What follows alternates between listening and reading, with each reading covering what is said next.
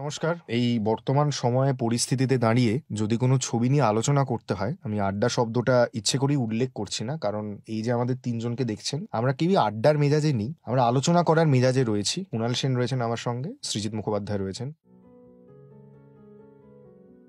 আমরা পদাতিক ছবিটি নিয়ে আজ আলোচনা করতে বসেছি। আলোচনা মানে আমার বেশ কিছু জিনিস জিজ্ঞেস করার আছে এই দুজন মানুষকে, তারা উত্তর দেবেন। এবং আমি সেটাই বলছিলাম যে সমসাময়িক পরিস্থিতিতে যদি কোনো ছবি নিয়ে আলোচনা করতে হয়, আমার মনে হয় না যে এত সুপ্রযুক্ত কোনো ছবি বা ছবির শিরোনাম নিয়ে আমরা আলোচনা করতে পারি, যেটার ইংলিশ নাম সৃজিতদা দিয়েছেন দ্য ফুট সোলজার এবং বাংলা নাম পদাতিক।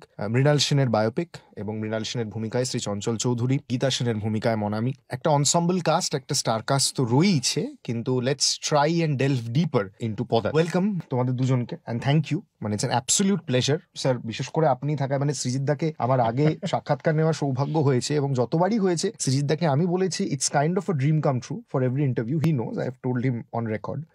আপনি একটি বই লিখেছিলেন মৃণাল সেনকে নিয়ে, বইটির নাম বন্ধু। তো সেই বইটা নিয়ে আমি বলছিলাম আপনাকে, first of all I love the name of the book. আপনি যে BONDHU ইংলিশে লিখেছেন, ফ্রেন্ড করে দেননি, that for me was brilliant. এবং বন্ধু বলে ডাকতেন বাবাকে, এটা শুনেছি, এটা আপনি বইতে উল্লেখও করেছেন। প্রথম যে জিনিসটা আপনাকে জিজ্ঞেস করতে চাই, যেটা আমার মনে হয় সৃজিতদাও যখন কোনো বায়োপিক ইত্যাদি বানায়, তখন আমার সৃজিতদার অবজেক্টিভিটিটা খুব ভাল লাগে, যে not putting the person on a pedestal or not putting the person on that throne or saying that everything is good about that person. বন্ধুও তাই, ভীষণ এন্ডিয়ারিং, ভীষণ পার্সোনাল একটা অ্যাকাউন্ট, কিন্তু কখনোই আপনি আপনার বাবাকে সিংহাসনে বসাচ্ছেন না।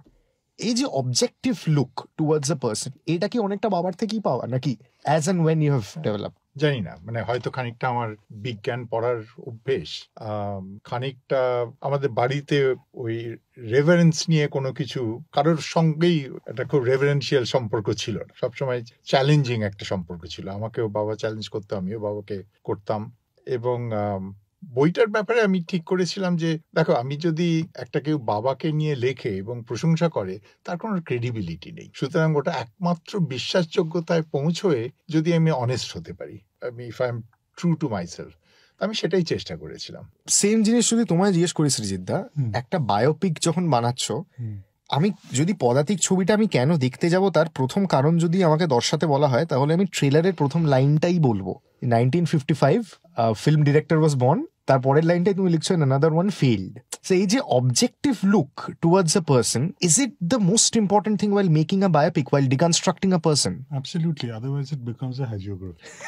Becomes a what? A hagiography, which basically says that the person, since I've gotten the permission from the family of the person, I only have to show the high points of his life, put him on a pedestal, show him as larger than life, a superhero, a Superman, a genius, this, that. Even if you look at the recent film Oppenheimer, I thought the way the nuclear explosion, the nuclear holocaust in Japan was, virtually skimmed over by a very soft dream sequence.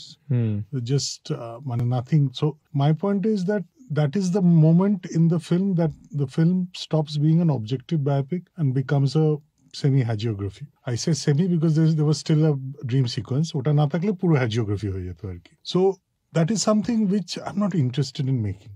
I'll share something with you. Two very famous political leaders of the Indian subcontinent.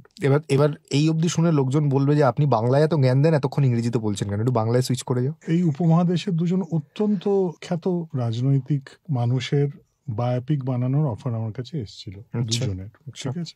কিন্তু সেই বায়োপিকের সঙ্গে একটা ক্ষেত্রে চিত্রনাট্য interval point কি হবে, কি থাকবে, কিসে এন্ড করবে, এটাও এসেছিল, যে এইভাবে করলে উনি একটু খুশি হন, এই সেই হেনা তেনা। আরেকজনের ক্ষেত্রে সেটা আসেনি, কিন্তু টাইমিং এসেছিল যে এই দিনের মধ্যে, মানে এই সময়ের মধ্যে শেষ করতে হবে এই বায়োপিকটা। এবার আমি একটু ক্যালেন্ডার দেখে দেখলাম যে ও আচ্ছা, তার কিছুদিন পরেই একটা রাজনৈতিক ঘটনা ঘটতে চলেছে। তো ভাবলাম যে ও আচ্ছা, এই কারণে আচ্ছা, ওটা বুঝলাম আর কি। সো দুটো ক্ষেত্রেই আমি খুব respectfully I bowed out of the project, saying I'm incapable of making films where anyone else tells me how to do it, or what will be the interval point, what will be the points to keep, what are the things I should highlight, and what are the things I should not highlight, very importantly. এই বেশি important, সেটা বেশি important. So সাবাস মিঠু বানালে তারপরে বানালাম তারপরে। So Shabash Mitu, though, in fact, I loved Shabash Mitu for, apart from it being a cricket thing, is because it deals with failure.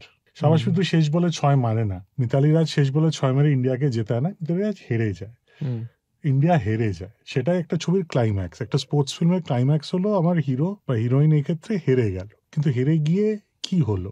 হেরে গিয়ে একটা গোটা দেশ জানলো যে উইমেন্স ক্রিকেট বলে একটা জিনিস আছে। মানুষ বা মহিলারা তাদের এত বছরের এত কিছু, এত অপারেশন ভেঙে তারাও ক্রিকেটটা খেলছে। তো সেটা একটা আরো বড় জেতা, লর্ডসের ব্যালকনির ওয়ার্ল্ড কাপের জেতার থেকে আরো বড় জেতা। তো আমার এইটা খুব ভালো লেগেছিল about the story. Now that is a human story because a person can't win all the time.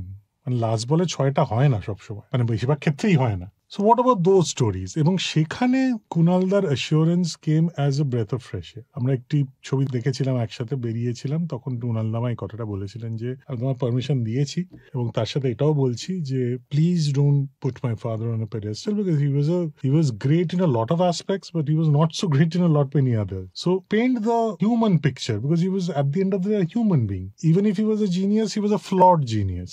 And so if you're showing the genius, you also have to show the flawed. It's only fair. But I guess all genius are, no? Yeah, absolutely. genius But are flawed. not necessarily that is pointed out or shown. Yeah, absolutely. Of And course. a lot of families are scared of showing that. I've dealt with a lot of families because, you know, I want to make biopics on a lot of people. এইটা দেখানোর আবার কি দরকার? এইটা মুশকিল, এটা না দেখালেই ভালো, ইত্যাদি ইত্যাদি। এবার ব্যাপারটা হচ্ছে এই অ্যাসিওরেন্সটা যখন আসে না, as a story teller, as a film maker, you know how the battle is won. You know that ethically, morally, aesthetically, we are all on the same page. ওইটা হওয়া খুব জরুরি। আমি রিসেন্টলি আমার একটা বায়োপিক বানানোর কথা ছিল on the revolutionary Bina Das. How lovely.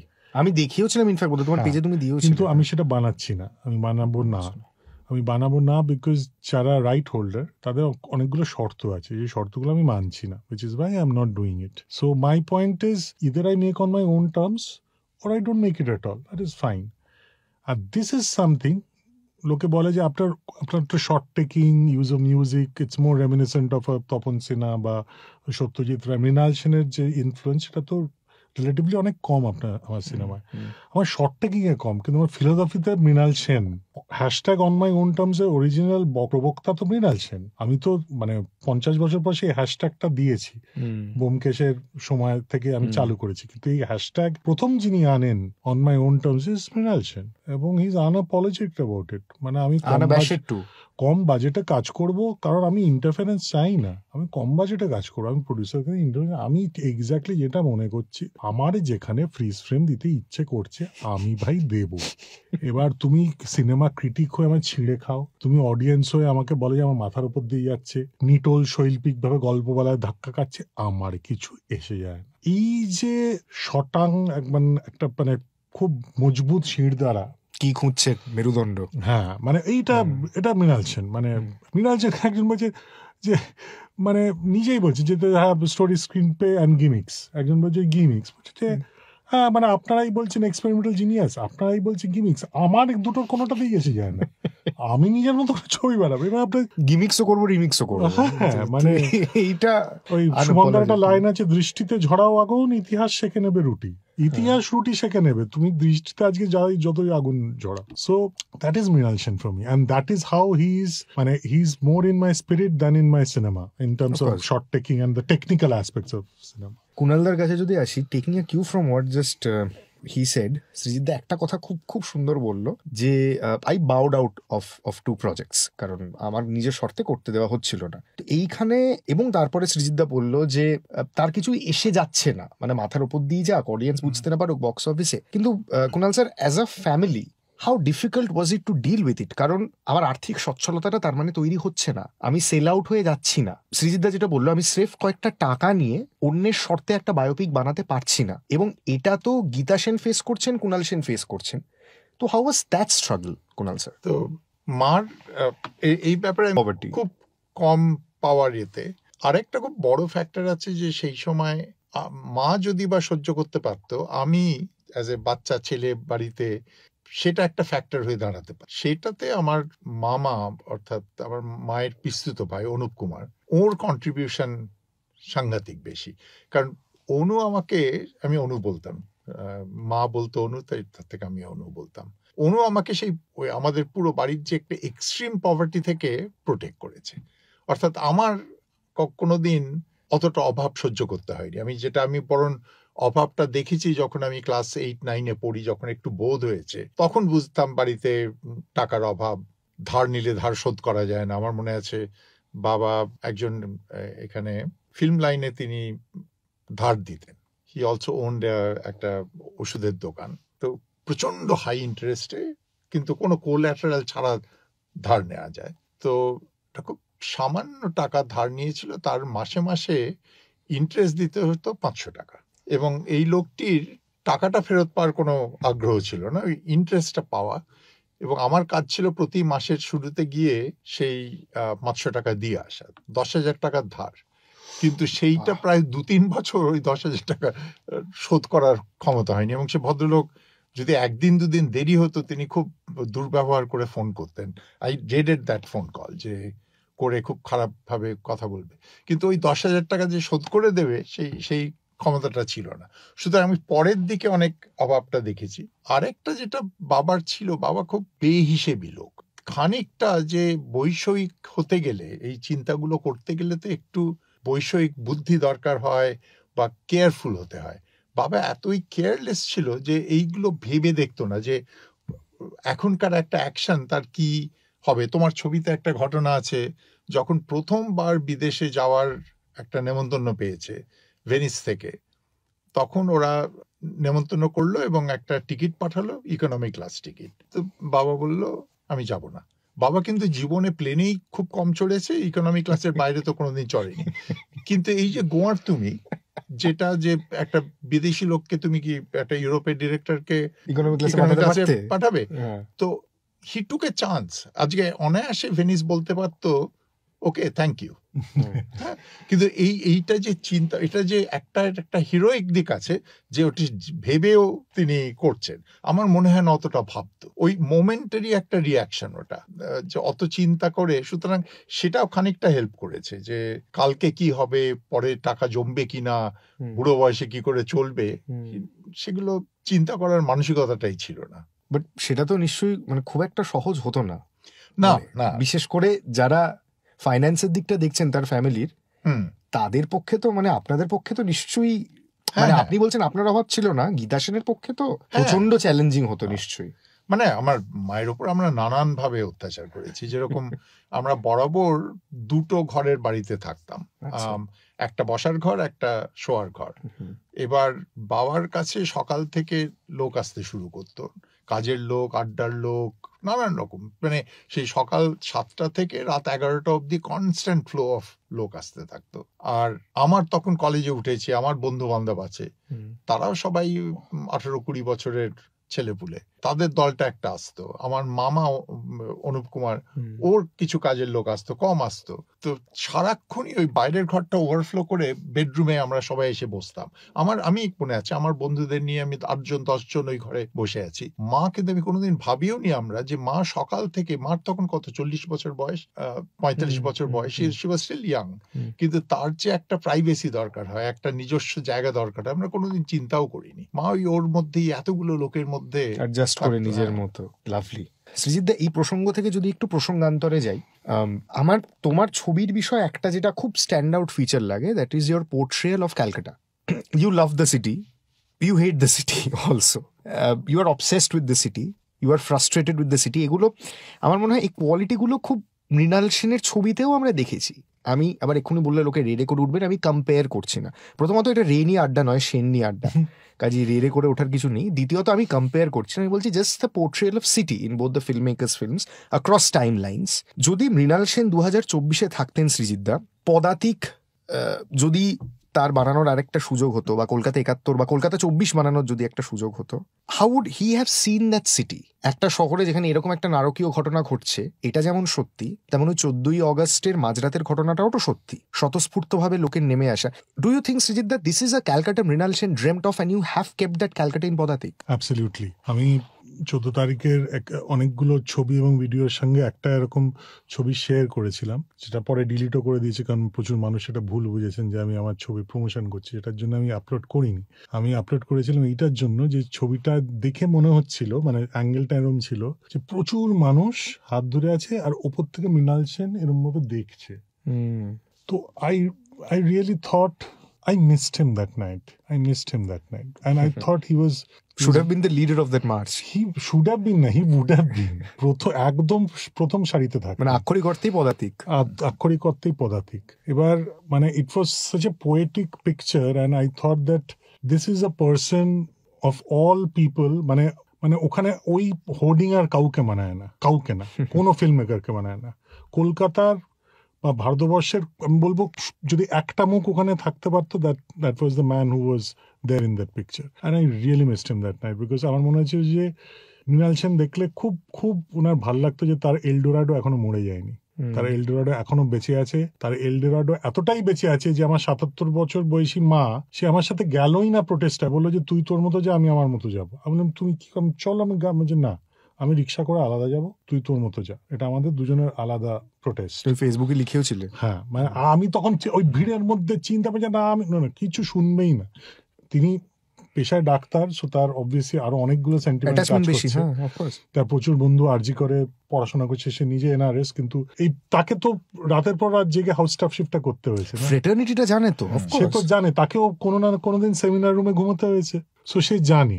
এবং she was মানে hopping mad and she said no, this is my struggle, you go, I'll go separately. So how difficult is it to recreate that? Srijit দা, বিশেষ করে পদাতিক একটা period ছবি, সেখানেই কলকাতার এই স্পিরিটটা ধরলে কি করে?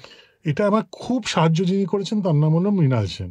মৃণাল সেন এটা দুভাবে সাহায্য করেছেন। এক, উনি নিজের স্টাইলেই প্রিভিয়াসলি এক্সিস্টিং ফুটেজ ব্যবহার করার যে টেকনিকটা, সেটা আমাদের শিখিয়ে গেছেন কিভাবে করতে হয়। এবার সেটা করার পর উনি যেটা করেছেন, এবার what Louis Malle's, what Kolkata ৭১'s footage did for Chorus, Kolkata ৭১ and Louis Malle's footage did for me, মানে মাই ফিল্ম পদাতিকে। So it was just transitivity, এবং সেই ট্রান্সিটিভিটির জায়গা থেকে আমি indebted to him and the footage, because এই যে ফুটেজগুলো আমার পদাতিকে দেখি, ওটা কিন্তু মানে অ্যাকচুয়াল প্রোটেস্টের ফুটেজ, অ্যাকচুয়াল ওই সময়কার footage. So in that sense মানে it's like a legacy which is being handed down, because footage is the final memory. ঠিক আছে, এবং তোমার থেকে ভালো এটা কে জানে, অতি উত্তম। ইয়া, সো এবার সেই footage is being use to kind of recreate a particular time, যে সময়টা এখনকার জেনারেশনের কাছে হয়তো খুব অ্যাবস্ট্রাক্ট, খুব ভেগ, যেটা নিয়ে আমার আর কুনালদার কথা হচ্ছিল যে রিলেট করতে পারবে কিনা, maybe it's like second world war, যে একটা হয়েছিল ঘটনা। কিন্তু মাই পয়েন্ট ইজ, আমার যদি সেই সময়টা দেখাতে হয় এবং অনেস্টলি দেখাতে হয়, আমার মনে হয়েছে যে এর থেকে পাওয়ারফুল টুল আর কিছু হবে না। এবং এখানে I like to mention a sequence where I have intercut the famous memory game অরণ্যের দিন রাত্রি with the Naxalbari movement. So watch out for that sequence. That's one of my favorite. আমি নিজের কথাই বল, মানে very clever. হ্যাঁ, মানে while I was doing it, I was enjoying it. মানে I was having goosebumps. So এই sequence, বা যখন আমি ইভেন সেটা আমি অ্যাকচুয়ালি রবীন্দ্রনাথের শেষ যাত্রা থেকেই টেকনিকটা শুরু করেছি, যে আমার শুট করা ফুটেজ এবং অ্যাকচুয়াল ফুটেজকে মিক্স করে, এই টেকনিকটা তো শিখিয়েছেন মৃণাল সেন। সো গঙ্গা জলে গঙ্গা পুজো। এবং আরেকটা এখান থেকে আরেকটা প্রশ্ন স্বাভাবিকভাবে যেটা উঠে আসবে Srijit da, your choice of actors, মানে চঞ্চলদার আগেই আমি বলবো, how did you visualise Monami in that role? Because the Monami of টাপাটিনি, হু উড হ্যাভ থট, মানে I am not demeaning it by any means, এত সুপারহিট একটা ছবি, তার এত সুপারহিট একটা গান, কিন্তু মনামিকে সত্যি তো এরকম চরিত্র আগে কেউ দেয়নি। So what was your you know? So to be honest, এই ফার্স্ট সাজেশনটা আসে from an assistant of mine. আমি একটা ব্রিফ দিয়েছি, তোরা ভাব, আমিও ভাবছি একটু স্লাইট ফ্রেম, একটু পেতিত ফ্রেম, গোল মুখ, এরকম দেখতে, গীতা সেনের রেফারেন্স একটা দিয়ে সবাই ভাবছি suddenly this girl says that আচ্ছা মনামি ঘোষ। বাকিরা মনামি ঘোষ, কারণ সবার মাথায় ওর সোশ্যাল মিডিয়া ইমেজটা ঘুরছে আর কি, কোথায় গীতা সেন। আমি এক সেকেন্ড আমি মনামিকে টেলিফিল্মসে দেখেছি, কৌশিকদার, অঞ্জনদার ডিরেক্টর টেলিফিল্মস, ভেরি ভেরি কম্পিটেন্ট। এবং যে দুজনের নাম তুমি নিলেন, তারা দুজনই মৃণাল সেনের উপর ছবি বানিয়েছে। কিন্তু দেখ, ওরা দুজনেই মানে সর্ট অফ গুরু তো তোমার, সর্ট অফ গুরু, মানে that those are my film school. আমি তো কোনোদিন কোনো অফিসিয়াল বা টেকনিক্যাল ফিল্ম স্কুলে যাইনি। আমি অপর্ণা সেনকে অ্যাসিস্ট করেছি, অঞ্জন দত্তকে অ্যাসিস্ট করেছি, কৌশিকদার, ঋতুদার ছবি দেখে বড় হয়েছি। So this is my learning, this is how I right dialogues, this is how I sequence, this is how I handle my actors. আমার ট্রেনিং এখান থেকে, প্রত্যক্ষ এবং পরোক্ষভাবে। এবার সেই জায়গা থেকে মোনামি আমার যেটা না absolutely let's talk to her, because আমার মনে হয়েছিল যে বিশেষ করে একজন যখন একটা পার্টিকুলার ধরনের সিনেমা বা ইয়ে থেকে আলাদা থাকে, তার মধ্যে না খিদেটা বেড়ে যায়। এবং Monami I think is a surprise package of the film, মানে of course she is outstanding in the film, outstanding. এবং এই সূত্র থেকে কুণাল স্যার আপনার কাছে আসবো, বন্ধুর একটা চ্যাপ্টার আমার এত ভালো লেগেছে, যে চ্যাপ্টার হচ্ছে casting for freshness, casting for experience, এবং এই দুটো প্রসেস নিয়ে আপনি আলাদা করে আলোচনা করেছেন মৃণাল সেনের ছবিতে। একটু যদি ছোট করে বলেন, how does this process coincide with পদাতিক? কারণ একদিকে আমরা চঞ্চল চৌধুরীর মতন ভেটারেনকে দেখছি, কোরকের মতন একজন আদ্যন্ত থিয়েটারের মানুষকে দেখছি, আবার মোনামির মতন একটা out of the box casting কেও দেখছি। So can you please explain this very briefly? That I found that one of the most fascinating chapters in the book, casting for freshness, casting for experience. Yes sir, over to you. তো বাবার গোড়ার দিকে বেশিরভাগ একদম গোড়ার দিকে conventional চেনা অ্যাক্টরদের নিয়ে কাজ করতো, দু একটা এক্সেপশন ছাড়া, মাধবী মুখার্জি ছাড়া। তারপরে একটা সময় এলো যখন ইন্টারভিউ ওই পিরিয়ডটা, রঞ্জিত মল্লিক, অঞ্জন দত্ত পিরিয়ডটা, তখন বাবার বিশ্বাস ছিল যে আমি ছবি করব, এডিটিং করে ম্যানেজ করে দেবো, অ্যাক্টরের চেহারাটা যদি মেলে, সে অভিনয় করতে পারুক না পারুক, আমি করিয়ে নেব। তো সেইভাবে হয়েছে। এবং তারপরে রেজাল্টও যে খুব খারাপ তা না, মানে রঞ্জিত মল্লিক তখন একেবারেই অভিনয় জানতো না, কোনোদিন অভিনয় করেনি, কিন্তু he got best actor award in a major festival.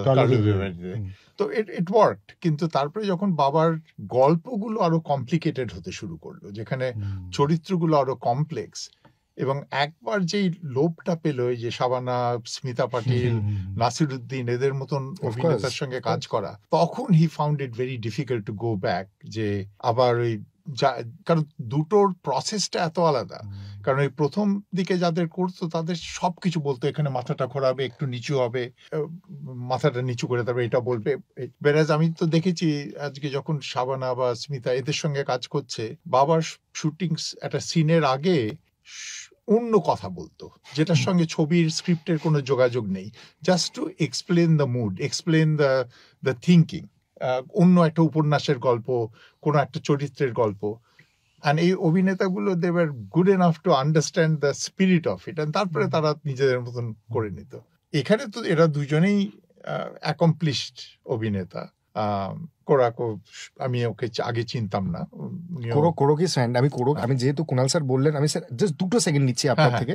সংস্কৃতি বলে যে নাট্যদল আছে দেবেশ চট্টোপাধ্যায়ের, কোরক একাধিক নাট্যে অভিনয় করেছে দেবেশ চট্টোপাধ্যায়ের ডিরেকশনে, এবং কোরক আমার ভীষণ পছন্দের একজন থিয়েটারের অভিনেতা। এটা কোরককে আমি হোয়াটসঅ্যাপে 1-on-1 মেসেজ করেও বলেছি। এখন জাস্ট ইন্টারভিউ নিতে হবে, পদাতিক সম্পর্কে কথা বলতে হবে বলে বলছি না, কোরকের কাজ অনেকদিন ধরেই আমি ফলো করছি। Yes sir. হ্যাঁ, তো আমি জানি না তোমার অভিনয় করানোর পদ্ধতিটা কি, তুমি কতটা বলো, কতটা ছেড়ে দাও, কিন্তু এদের আমি ধরে নেবো এরা সবাই ট্রেন্ড অ্যাক্টর, তাদের অনেক অভিজ্ঞতা। মানে এটা না, আমি বলছি এটা also depends on the kind of film, which very correctly you pointed out. কিছু ছবির ক্যানভাস এত, ফর এক্সাম্পল এক্সিকুয়াল টু প্রেম, সেখানে আমি actually I can direct people যে এটা চাই আমি, এটা এরকম করে, এটা অর্জুন দেই বোধহয় ওখানে একমাত্র লোক যে একটু এক্সপেরিয়েন্স, বাকি অনিন্দ্য দাস, শ্রুতি। কিন্তু এক্সিকুয়াল টু প্রেমের মতো ইন্টিমেট একটা স্পেসের ছবি যদি না হয়, suppose it's a Saga, suppose it's spanning 70-80 years, suppose I am telling a story যেখানে I have to look at intricate detailing of the production design. মানে ফর এক্সাম্পল রবীন্দ্রনাথ এখানে কোনো খেতে আসেননি। A bigger example is Agje Chilo Raja. Bigger example is Gumnami. সেখানে Gumnami, of course, yeah. বা পদাতিক, সেখানে I will have to depend on experienced actors, because ওখানে যদি if I get into the nitty-gritty of acting, আমার একটা ডিরেকশনটা, মানে production design একটা গন্ডগোল হয়ে যাবে, কস্টিউম ডিজাইন। এই যে জাস্ট আমি যদি রবীন্দ্রনাথের সিকোয়েন্সটাই বলি, that was shot for 2 days, one sequence, 3টে লোকেশন, 700 জুনিয়র আর্টিস্ট। আমরা ভোর 3টে থেকে ধুতি পরাতে শুরু করেছিলাম, মানে ভোর 3টে থেকে we continued till 5 ঘন্টা, মানে ভোর 8টার সময় we started shooting, 5 ঘন্টা জুনিয়র আর্টিস্টদের ধুতি পরানো হয়েছিল, এবং সকালে যা যা হয় আর কি, লজিস্টিক নাইটমেয়ার। এই নাইটমেয়ারের মধ্যে যদি আমাকে বলতে হতো অনুজয়কে যে অনুজয় আমার এই অভিব্যক্তিটা লাগবে, বা কোরক ওই ভিড়ের মধ্যে গিয়ে কোরককে যদি বলতে কোরক আমার ওই অভিব্যক্তিটা লাগবে, that would have been impossible. I was screaming my lungs out and controlling the crowd, and I had to trust যে অনুজয়, কোরক, মোনামি, চঞ্চল, they as actors will perform their craft. আমরা শুটিং এ যাওয়ার আগে আমাদের অনেক আলোচনা হয়েছে, ব্রিফ সব হয়েছে। শুটিং ফর ইজ ওয়ার, সেখানে তোমার সৈনিকের যে ডিউটি সেটা তোমার পালন করতে হবে। ওখানে আমি তোমার শেখাতে পারবো না বন্দুকটা কি করে ধরতে, সেখানে সবাই পদাতিক, ওখানে বন্দুকটা কি করে ধরতে আমি শেখাতে পারবো না। এবং আরেকটা প্রশ্ন সৃজিতদা স্বাভাবিকভাবে যেটা উঠে আসবে, যেটা অনেকের মনেই রয়েছে, যে যেটা ইনফ্যাক্ট আমি অস্বীকার করতে পারি না, যে চঞ্চল চৌধুরীর অ্যাকসেন্টে তো একটা টান রয়েছে, মানে তুমি যখন কথা বলছো চঞ্চল চৌধুরী খুব এন্ডিয়ারিং টান রয়েছে, মানে আদ্যন্ত বাংলা ভাষার মানুষ, সেইটা ওভারকাম করলে কি করবে, সেটা কি ওভারকাম করার তুমি চেষ্টা করেছিলে নাকি? করেছি আমি ওভারকাম দুটো জিনিসের চেষ্টা করিনি। একটা হলো হিন্দিটা, কারণ মৃণাল সেনের হিন্দিটাও খুব একটা ভালো ছিল ও না। বাবা, তো ওইটা আমার যখন চঞ্চল বললাম আমার কিন্তু হিন্দি খুব, আমি বললাম যে you are absolutely in character, মানে হিন্দি উচ্চারণের ব্যাপারে তোমায় কোনো চিন্তা করতে হবে না। ইংরেজিটাও মৃণাল সেনের যেটা খুব ইন্টারেস্টিং ইংরেজি উচ্চারণে, he had a fantastic vocabulary, শব্দচয়ন ইম্যাকুলেট। বাঙালিটা আছে উচ্চারণে, কিন্তু শব্দ চয়ন ইম্যাকুলেট, শিক্ষিত না একদম, মানে ইউ নো হোয়াট ইজ, মানে ইম্যাকুলেট শব্দ চয়ন। মানে আমি স্টাডি ইন কন্ট্রাস্ট বলছি, সত্যজিৎ রায়ের জন্য একটা প্রচন্ড অক্সব্রিজ অ্যাকসেন্ট আছে, মৃণাল সেনও একদম বাঙালি অ্যাকসেন্ট। সো আমাকে চঞ্চলের বাঙালি অ্যাকসেন্টটা আমার চেঞ্জ করতে হয়নি, আমাকে জাস্ট ওর ইংরেজির the way he hits his consonants ওগুলোকে একটু পরিশীলিত করতে হয়েছে। কামিং টু বাংলা, আমি অনেক, because I work with Jaya আগে, I work with Badhon, I work with Bangladeshi actors, so I know কোন জায়গায় বাংলাটা বাংলাদেশি ঢাকার দিকে চলে যায় আর কোন রাস্তাটা কলকাতার দিকে আসে, সিলেবল ওয়াইজ। তো সেইভাবে I have made it a neutral Bangla. Having said that, আমার সবসময় কিন্তু একটা ফল ব্যাক ক্যারিয়ার ছিল যে মৃণাল সেনের আদিবাড়ি কিন্তু ফরিদপুর, সো যদি একটু একটু ঢুকেও যায় দু এক জায়গায়, we can kind of justify it. এবং আপনি এই হিন্দি উচ্চারণ শুনে আপনার একটা অভিব্যক্তি হলো যে ওরে বাবা, সেই কোনো অভিজ্ঞতা আছে নাকি? হ্যাঁ, সে মানে আমি তো এখানে তোমার ছবিতে বাবার হিন্দি শুনে খুব ইমপ্রেস, কারণ বাবার একেবারে হিন্দি বলতে পারতো না। একবার মনে আছে, বাবার একজন বম্বের অ্যাসিস্ট্যান্ট ছিল সোমেন্দ্রনাথ বলে, তো একবার বম্বেতে গেছে, ওর ব্যান্ডরাতে একটা ছোট্ট একটা ঘরের বেতে থাকতো, ওখানেই বাবা রাত্রিটা থাকছে, দিয়ে অনেক রাত অব্দি আড্ডা মেরেছে। মারার পর এক সময়, তখন বোধহয় 11টা-12টা বাজে, বাবা বললো চলো সোমেন ঘুমনে জায়গা। তো সোমেন একটু অবাক হয়ে পাশের ঘরে গেল, হি চেঞ্জড ফ্রম হিজ শুয়ে পড়ার পোশাক পরেছিল, সেটা থেকে আবার বাইরের রাস্তায় যাওয়ার মতন প্যান্ট শার্ট পরে ফিরে এসে দেখলো বাবা ঘুমোচ্ছে। ওই ঘুমনের ইন্টারপ্রিটেশন ওয়াজ ডিফারেন্ট। বাবার হিন্দি একবার মানে অ্যাট্রশাস ছিল। এবং তারপরে যে কি করে এই হিন্দি ছবি করেছে এতগুলো করেছে, এত টেকনিশিয়ান নিয়ে, সেটা তো অ্যাক্টর তো তাও তুমি কমিউনিকেট করতে পারছো, টেকনিশিয়ানকে তাছাড়া তো উড়িয়া ছবি করেছে, সেটা একটু বোঝা যায়, তেলেগু ছবিতে তো কোনো কিছুই বোধগম্য নয়। কিন্তু বাবার যেটা ছিল হচ্ছে কাউকে বিশ্বাস করতো না কাজের ব্যাপারে। তো সেই তেলুগু ট্রান্সলেশন নিয়ে অনেক গল্প আছে, সেগুলো হয়তো একটু লম্বা হয়ে যাবে, কিন্তু ওই ট্রান্সলেশন নিয়ে অনেক খুঁতখুঁতানি ছিল। কলকাতায় এক ভদ্রলোক প্রথম বাংলা থেকে তেলুগুতে ট্রান্সলেট করেছেন, তারপরে সেইটা গিয়ে আবার হায়দ্রাবাদে পৌঁছে ওখানকার লেখকদের দিয়ে আবার যাচাই করেছেন, তারা অনেক কিছু পাল্টে দিয়েছে যে এই লোকটার খারাপ লোকাল নুয়ান্সেস। তারপরে আবার তেলেঙ্গানায় যখন শুটিং করতে গেল, সেখানকার তেলেঙ্গানার গ্রামের লোকেদের বলেছে, তারা আবার অনেক কিছু পাল্টে দিয়েছে। কিন্তু তার মধ্যে একটা খুব মজার গল্প আছে, একটা লাইন ছিল বাংলায় যে মোষের মতো পড়ে পড়ে ঘুমোয়, তো কুঁড়ে লোক আর কি এটা। তো সেটা কলকাতা ট্রান্সলেটারও ঠিক বলেছে, হায়দ্রাবাদের ট্রান্সলেটারও ঠিক বলেছে। যখন গ্রামে গিয়ে ওইটা বললো, যে তখন তারা বলছে এটার মানেটা কি? তখন বললো কেন, এই মোষ যেরকম লেজি শুয়ে শুয়ে ঘুমোয়, ওরা ঘুমিয়ে থাকে সারাক্ষণ। গ্রামের লোকেরা বলছে না, মোষ তো খুব খাটে। মানে এটা যে একেবারে একটা আরবান পারসেপশন, শুধু শহরের লোকেরা হায়দ্রাবাদই হোক কলকাতাই হোক, আমরা ওই লেজিনেসটা দেখি, কিন্তু গ্রামের লোক দেখে। এখানে খুব রুরাল আরবান স্কেপের ব্যাপারটা এসে যাচ্ছে, যে সেন্সিবিলিটিস ভীষণ আলাদা। So anyway, almost at the end of the interview শেষ দুটো প্রশ্ন দিয়ে তোমাদের শেষ করবো। সৃজিতদা, যে প্রশ্নটা জিজ্ঞেস না করলেই নয়, you have a love story with ID and historical sagas. So, what makes ID a master of historical sagas? মানে আমি শুধু গানগুলো নিয়ে বলছি না, ইনফ্যাক্ট এই গানগুলো আমার তো মনে হয় এখন 2024-এর এই সময়টা দাঁড়িয়ে আরো রেলিভেন্ট, আরো প্রাসঙ্গিক। যে শোনো আহ্বান বা আলোর যাত্রী, এইগুলো তো আরো রেলিভেন্ট। এই কোটি কোটি মিছিলে এত মুখ হাঁটছে। So what makes Indradeep Dasgupta a very reliable bank for historical background music? See, first of all, he's a filmmaker himself. That's number one. So he understands canvas, he understands scale. আমাকে আইডিকে left to right panning বোঝাতে হয় না যে কিভাবে the instruments will move in a theater with the visual. Number two, আইডির একটা যাপন আছে, হ্যাঁ, যেহেতু আইডির একটা পার্টিকুলার বয়স আছে, is of a particular vintage, আমাকে ওয়ালের পথযাত্রীতে কি ইনস্ট্রুমেন্টেশন হতে পারে, তার মুডটা কি হতে পারে, কিংবা আহ্বানে আমাদের তুজিন্দাহাতে কি ইনস্ট্রুমেন্টেশন হতে পারে, এটা আমি গুমনামি বা এক যে ছিল রাজাতেও দেখেছি। হি ইজ আ ভেরি কিন observer of history, he understands these movements, he understands historical periods in the history of Bengal and India. So এই পুরো ব্যাপ্তিটা, এই পুরো পরিসরটা কিন্তু তার মিউজিক্যাল এবং সিনেমাটিক আন্ডারস্ট্যান্ডিং এ আছে অলরেডি। So I can't trust such sensitive, such critical songs of such crucial historical era with anyone else. আমি বলছি না নতুনরা ভালো কাজ করে না, তারা হয়তো পড়াশোনা করে রিসার্চ করে, কিন্তু তুমি যদি যাপনটা একদম ঠিক বলেছো, ওটা খুব if you lived through those times, if you've seen, ওটা একটা it's a different cup of tea altogether. Kunal sir, the last question for you, যেটা নিয়ে আমি বলছিলাম যে যেটা আমার জন্য বন্ধু ছবিতে খুব হার্ট রেঞ্চিং একটা বন্ধু বইতে খুব হার্ট রেঞ্চিং একটা মোমেন্ট, যে মৃণাল সেনের জীবনাবসানের পর যেখানে আপনি লিখছেন যে এইবার যখন বাড়ি থেকে বেরোলাম, now we know we have only one home and that in Chicago. কিন্তু বারবার কুনাল স্যার আপনাকে কলকাতায় ফিরে আসতে, মানে কলকাতা আপনার আত্মার সঙ্গে জড়িয়ে গেছে, তো এখন কলকাতাকে আপনি অস্বীকার করেনও না, করতে চানও না, এবং বারবার কলকাতার কাছে আপনাকে ফিরে আসতেই হয়। সেটা সৃজিত মুখোপাধ্যায়ের জন্য হোক, অঞ্জন দত্তর জন্য হোক, কৌশিক গঙ্গোপাধ্যায়ের জন্য হোক, আপনাকে ফিরে ফিরে আসতেই হয়। তো এই ফেজটাকে আপনি কিভাবে, মানে এখন এই যে ফেজটার মধ্যে দিয়ে আপনি যাচ্ছেন, সেটাকে আপনি কিভাবে দেখেন? যে একটা অ্যাট্রাকশনও রয়েছে, আবার একটা খুব মেলানকালিও রয়েছে, যে যখন আমি বেরোলাম বাবার মৃত্যুর পর, তখন আমার মনে হচ্ছে যে আর আমার নয় এত এন্ডিয়ারিং বলেই বোধহয় লাইনটা তো হিট করেছিল আমার। হ্যাঁ, আমার সেইবার ফিরে গিয়ে আমি তো প্রায় 40 বছর দেশ ছাড়া, আমি অন্তত কয়েকশো বার কলকাতায় এসেছি, ফেরত গেছি। ফিরে গিয়েই আমাদের একটা রিচুয়াল ছিল, ফিরে যাওয়া মাত্র, সে যাই সময় হোক, এখানে মাঝরাত হোক, ফিরে গিয়েই একটা ফোন করতাম, পৌঁছে গেছি। কারণ ওইটার জন্যে মা অতটা, বাবা অতটা নয়, মা অপেক্ষা করে থাকতে যে পৌঁছে গেছে।